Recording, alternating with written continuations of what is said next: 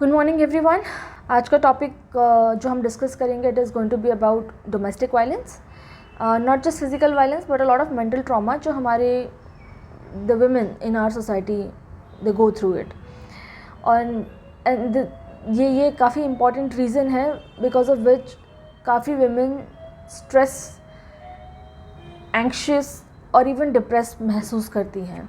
This mindset which has caused and is still causing a lot of anxiety to a lot of women, not just urban not just villages में या ऐसी areas में, ऐसी society में जहाँ income एक particular level के नीचे है, but this is also a problem. ये उन एरियाज़ में भी वहाँ बहुत बड़ी प्रॉब्लम है जहाँ पे पीपल आर अर्निंग वेल, जहाँ पे अच्छी खासी इनकम है लोगों की, वहाँ पे भी उन घरों में भी ये प्रॉब्लम है। तो आज के वीडियो में हम ये स्पेसिफिकली डिस्कस करेंगे। अब इसके बहुत सारे रीज़न्स हो सकते हैं कि एक वुमेन इतना ज़्यादा एंग्जाइटी और डिप्रेशन से क्यों निकलती है, स्पेशली आफ्टर मैरिज। बट इस वीडियो में हम वो 3 स्पेसिफिक रीज़न्स पर फोकस करेंगे जिसके लिए हमारी खुद की फैमिली डायरेक्टली रिस्पॉन्सिबल है और हमें क्या करना चाहिए अगर हम चाहते हैं कि हमारे बच्चों का फ्यूचर बेटर हो, specially in terms of their mental health and their happiness. So the first reason is कि बहुत सारी women आज भी after marriage they don't feel lot of acceptance and love in their new family. उन्हें उतनी अच्छे से accept नहीं किया जाता. They are still accepted as हाँ हम इसे शादी करके लेके आए हैं, ये हमारी बहू है, ठीक है, बट और इसकी ये जिम्मेदारियाँ हैं और उससे ज़्यादा कुछ नहीं। चीज़ कंटिन्यूसली होती रहती है तो it becomes a major reason of loss of identity crisis का ये मेजर रीज़न बन जाता है। Because all that the women feels is, कितना भी सुंदर घर हो, कितना भी इनकम लेवल हो, कितनी भी फैसिलिटीज़ हों, लेकिन फिर भी at the end of the day identity crisis होती है वुमेन को।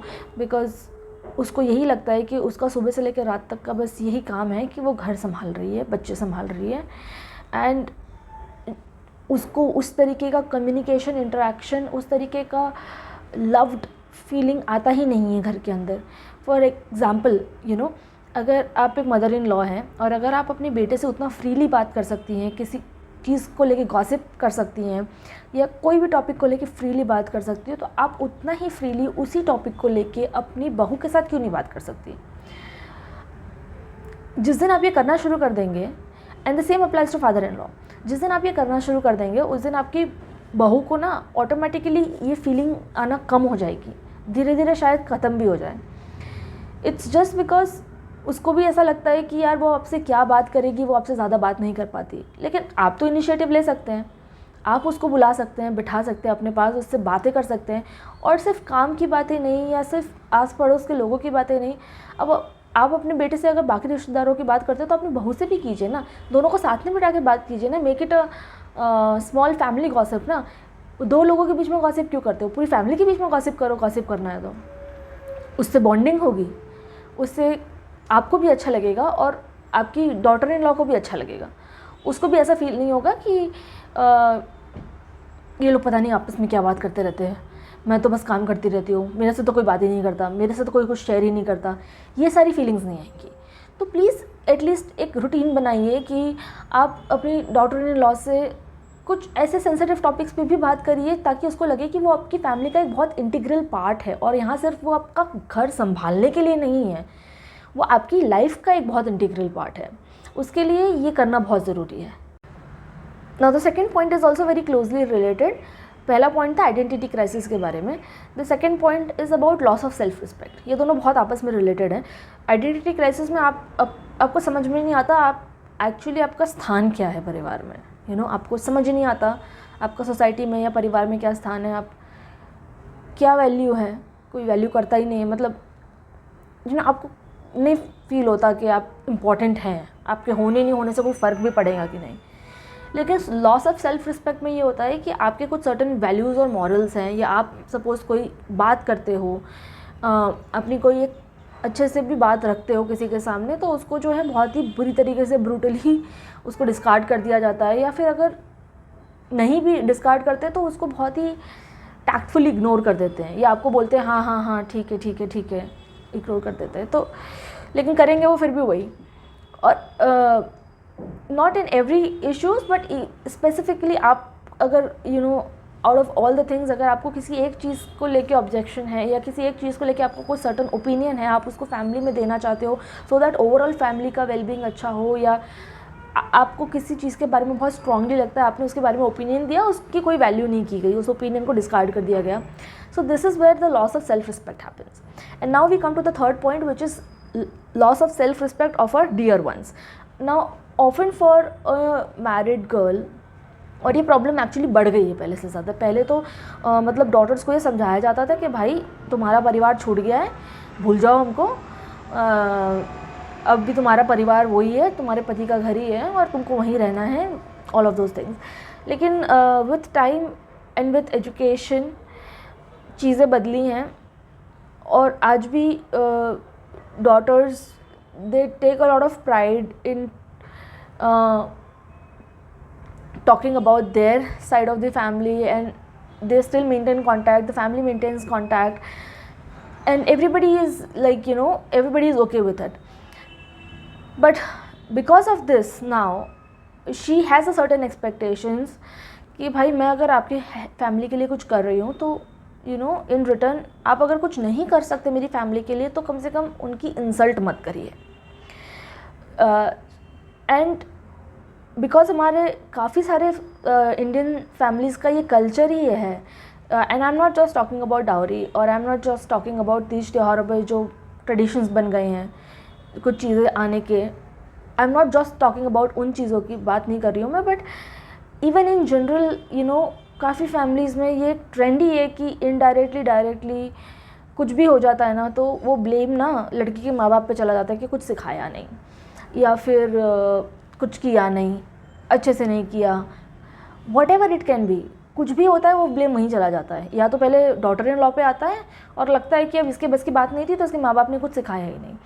तो that loss of respect of the loved ones of the parents वो बर्दाश्त नहीं करती आजकल की लड़कियाँ, उनसे बर्दाश्त भी नहीं होता। आप मेरे माँ बाप को कैसे बोल सकते हो, उन्होंने इतना पढ़ा लिखा के इतना कुछ करा के आपके साथ शादी करवाई, एंड नाउ आप उन्हीं की जो है वो करने में लगे हुए हो, तो वो बर्दाश्त नहीं करती है।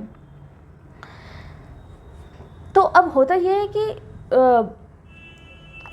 ये तीन मेजर रीज़न्स की वजह से जब वो इन चीज़ों को कंट्रोल नहीं कर पाती हैं, या उनको लगता है कि ये सिचुएशन कभी चेंज ही नहीं होगी और मुझे ऐसे ही जीना है पूरी ज़िंदगी, they start losing a lot of their interest and a lot of that charm and happiness from the life gets sucked away। मतलब लिटरली ऐसा लगता है कि ज़िंदगी में बस ये कुछ जिम्मेदारियां ही हैं जो रह गई हैं, खुशी तो गायब हो जाती है, खुश रहने का ही मन नहीं करता, मन बोलते इतना ख़राब हो जाता है, और फिर धीरे धीरे आपको पता भी नहीं चलेगा, वो एंग्जाइटी के थॉट्स तो आते ही रहते हैं दुनिया भर के, एंड धीरे धीरे वो कब डिप्रेशन में कन्वर्ट हो जाता है हमको नहीं समझ में आएगा। तो as a society, as a family हमको क्या करना चाहिए ताकि हम इस सिचुएशन को अवॉइड कर सकें।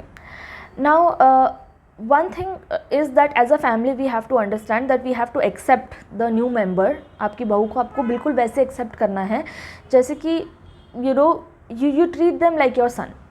Now see, I'm not telling you to head on head compare your son and your daughter-in-law, दोनों एक है, दोनों एक नहीं है, दोनों एक नहीं हो सकते, क्योंकि दोनों की जिम्मेदारियाँ बहुत अलग हैं। एंड जिस टाइप की जिम्मेदारी भगवान ने विमेन को दी है, बच्चा पालने की, बच्चा पैदा करने की, वो तो आदमी को कभी कभी वो कर ही नहीं सकता, उस मुकाबला ही नहीं है। There is no comparison between men and women. तो ये दिमाग से निकाल दीजिए कि आपको दोनों को इक्वली ट्रीट करना है। आप चाहोगे तो भी इक्वली नहीं ट्रीट कर सकते दोनों को। आप बस इतना ध्यान रखिए कि आप फैमिली में उसको कोशिश करिए वो पूरी तरीके से इन्वॉल्व हो सके, सिर्फ कामों में और जिम्मेदारियों में नहीं, वो आपके साथ बैठ के बातें कर सके खुल के। आपको बस इतना माहौल बनाना है कि आपकी बहू आपके साथ mother in law father in law के साथ या इवन जेठ जेठानी के साथ बैठ के फ्रीली बात कर सके, इतना माहौल क्रिएट कीजिए। इसका मतलब ये नहीं वो अपने संस्कार भूल जाएगी, वो कुछ भी करेगी, ऐसा नहीं होता। लेकिन जब आप उसको उस टाइप का लव फील करवाओगे ना, तो सामने से भी लव ही आएगा। You know, action and reaction. आप प्यार दोगे तो प्यार ही मिलेगा, नफ़रत दोगे तो फिर वो भी धीरे धीरे एक पौधा बनेगी, पेड़ बनेगी, और फिर वो आपको वापस नफ़रत ही मिलेगी। तो जो दोगे वही मिलेगा आपको। तो प्लीज़ इसे याद रखो कि आप कोशिश करो एक ऐसा माहौल क्रिएट करो अपने घर में। आपके कुछ घर के रूल्स होंगे, आपके कुछ स्पेसिफिक नियम होंगे, कुछ ट्रेडिशंस होंगे, वो आप डिस्कस करो, प्यार से डिस्कस करो। और ऐसा तो है नहीं कि ज़िंदगी वहाँ ख़त्म हो जाती है, उन नियमों के आसपास ही ज़िंदगी चलती है। बहुत बड़ी लाइफ है, बहुत सारी चीज़ें होती हैं, बहुत सारे और टॉपिक्स हैं जिनके बारे में आप बात कर सकते हो। और just try to involve her as much as you can. और फिर आप देखना आपकी मतलब जो फैमिली इतनी ब्यूटीफुल आपको लगेगा ना, आप you will love living in your family. तो do this one thing. Second जो मैं बोलना चाहती हूँ वो ये है कि there are lot of expenses, बहुत ज़्यादा खर्चे बढ़ गए हैं। और if you ask me, it is very difficult कि एक सिंगल पर्सन की इनकम के साथ आप एक 4 या 5 मेंबर की फैमिली सस्टेन कर सकते हो।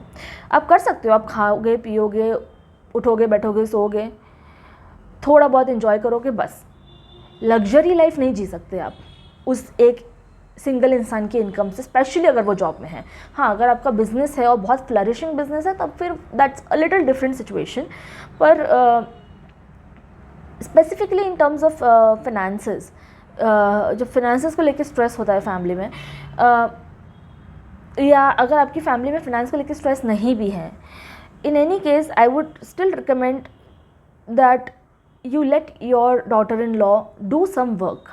You know, if she is not ready to go out and do a job, encourage her to do something from home, and not with the mindset कि पैसे कहाने चाहिए घर में, या वो मेरे हाथ में लाके पैसे रखे। उस माइंडसेट से मत करिए। इस माइंडसेट से करिए कि उसका दिमाग जितना ज़्यादा प्रोडक्टिव चीज़ों में लगेगा, उतना ज़्यादा नॉन प्रोडक्टिव चीज़ों में और फालतू की बकवास में कम घूमेगा, जिसका आपके घर की शांति पर डायरेक्ट इफेक्ट पड़ने वाला है। So do this and eventually you know, ये प्रोसेस जब आप अपनाओगे अपनी फैमिली में कि we want our daughter in laws and our daughters to not just sit at home में खाना, घर का ध्यान रखना, we want her to do something else also, she has to do it. मतलब इसको एक रूल ही बना दो, करना ही है आपको, कुछ और करना ही है, घर के अलावा कुछ करना ही पड़ेगा आपको। आप कुछ भी करो, उससे पैसा आए नहीं आए उससे कोई फ़र्क नहीं पड़ता, लेकिन आपको अपने दिन के 2 या 3 घंटे कम से कम देने हैं। ज़्यादा देना चाहो तो दे सकती हो, गिवन कि हमारी फैमिली की सिचुएशन ऐसी है कि हम सब कुछ मैनेज कर सकते हैं। टाइम मैनेजमेंट हो सकता है, काम मैनेज हो सकता है। और ये फैमिली टू फैमिली डिफ़र करेगा, इसलिए मैंने ये नहीं बोला कि हर फैमिली में हर डॉटर इन लॉ को जाके बाहर जॉब करनी है 8 घंटे 9 घंटे की, बिकॉज काफ़ी लोग ये नहीं कर पाएंगे। पर बहुत सारे वर्क फ्रॉम होम बिजनेसेस होते हैं जो आप स्टार्ट कर सकते हैं। कितने सारे लोग होते हैं जो घर में ब्यूटी पार्लर का काम स्टार्ट कर लेते हैं, घर में बच्चे रखने का काम स्टार्ट कर लेते हैं as a blossom kids, you know, artificial jewellery और कपड़ों का काम और टेलरिंग, और मतलब कोई लिमिट ही नहीं है। आप कुकिंग का काम, टिफ़िन का काम, इतना ज़्यादा स्कोप है। आपको बस अपनी आँख घुमा के देखना है और आपको ये देखना है कि आप क्या कर सकते हो। और इससे आपको फिनेंशियल इंडिपेंडेंस, चलो इंडिपेंडेंस तो दूर की बात है, आपको इससे फिनेंशियल सपोर्ट तो मिलेगा ही मिलेगा।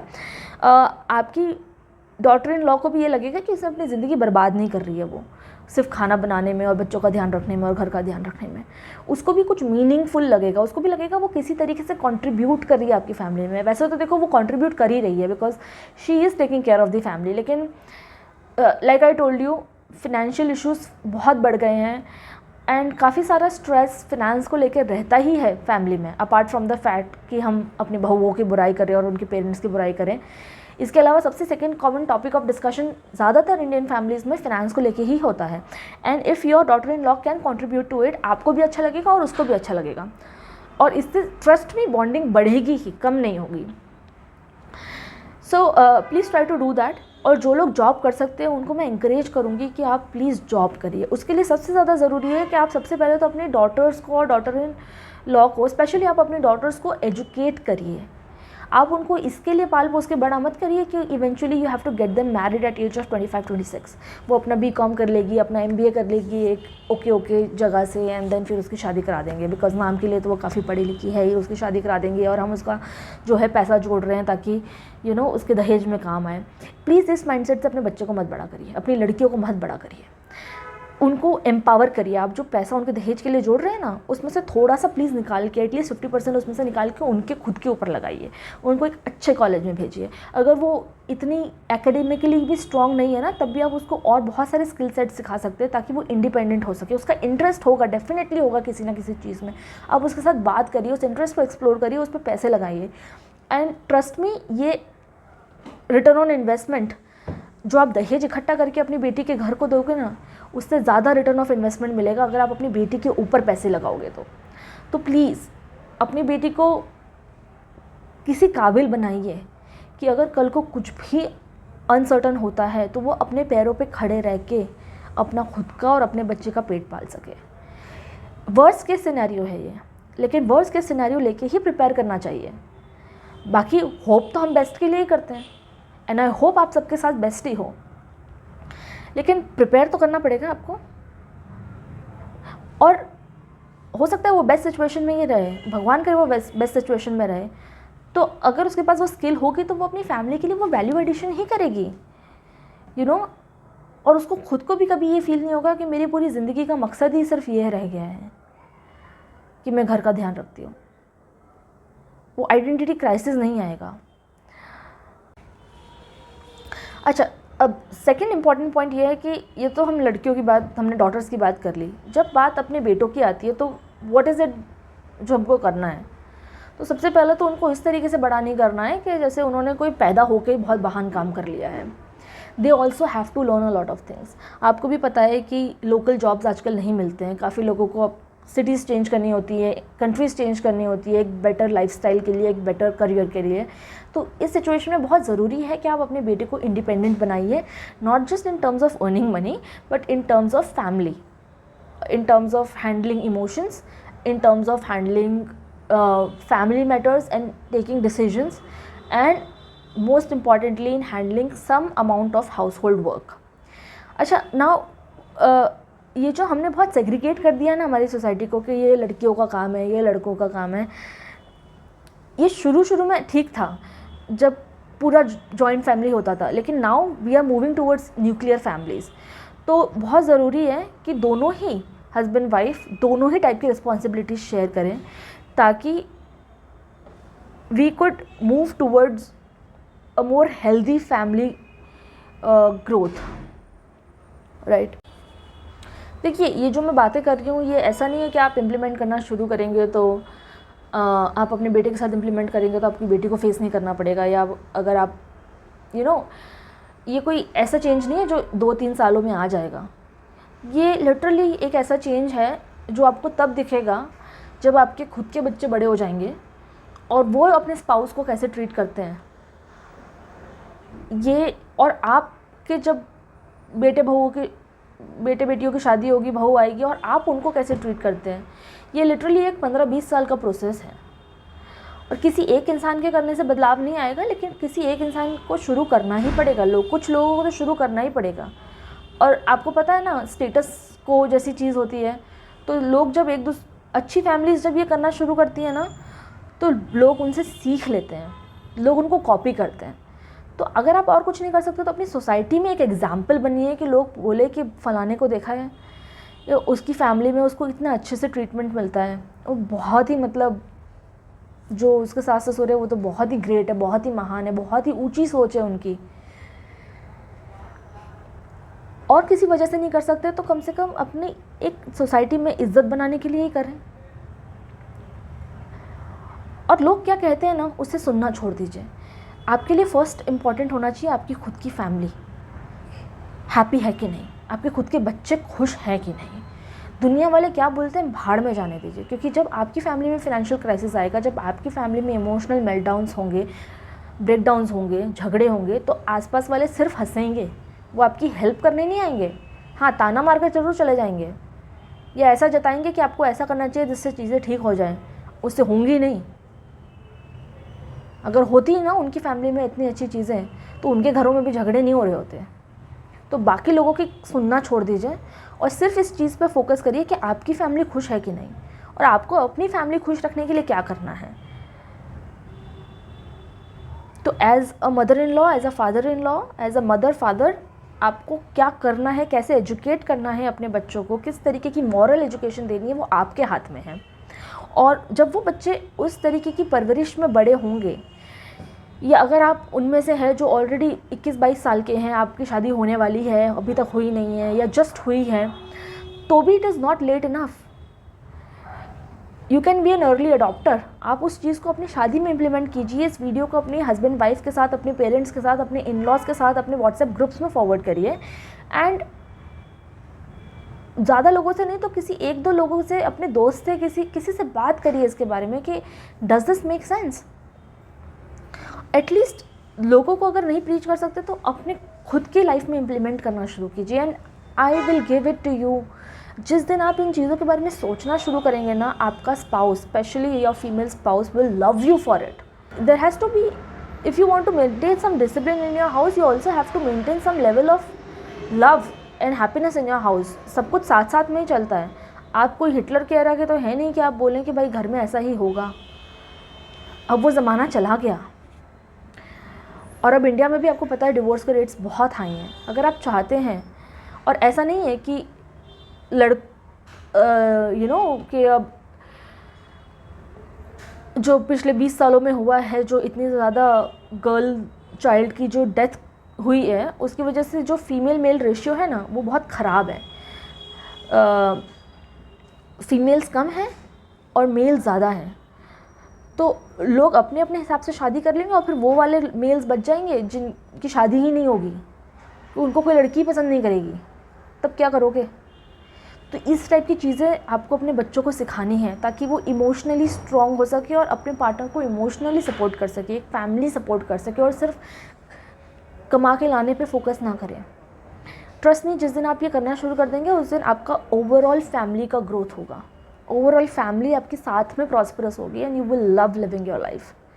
सो आई होप आपको ये वीडियो ठीक लगी। अगर आपको अच्छी लगी, बुरी लगी, आपके अगर कुछ ओपिनियंस है, कमेंट्स है, तो प्लीज़ मुझे कमेंट सेक्शन में बताइए, ताकि मुझे समझ में आए कि मैं जिस पर्पज़ से ये वीडियोस क्रिएट कर रही हूँ, मैं उससे कितना पास हूँ, कितना दूर हूँ, सो दैट मुझे समझ में आए कि जिस पर्पज़ से मैं वीडियोस क्रिएट कर रही हूँ वो मैं थोड़ा बहुत भी फुलफ़िल कर पा रही हूँ कि नहीं। सो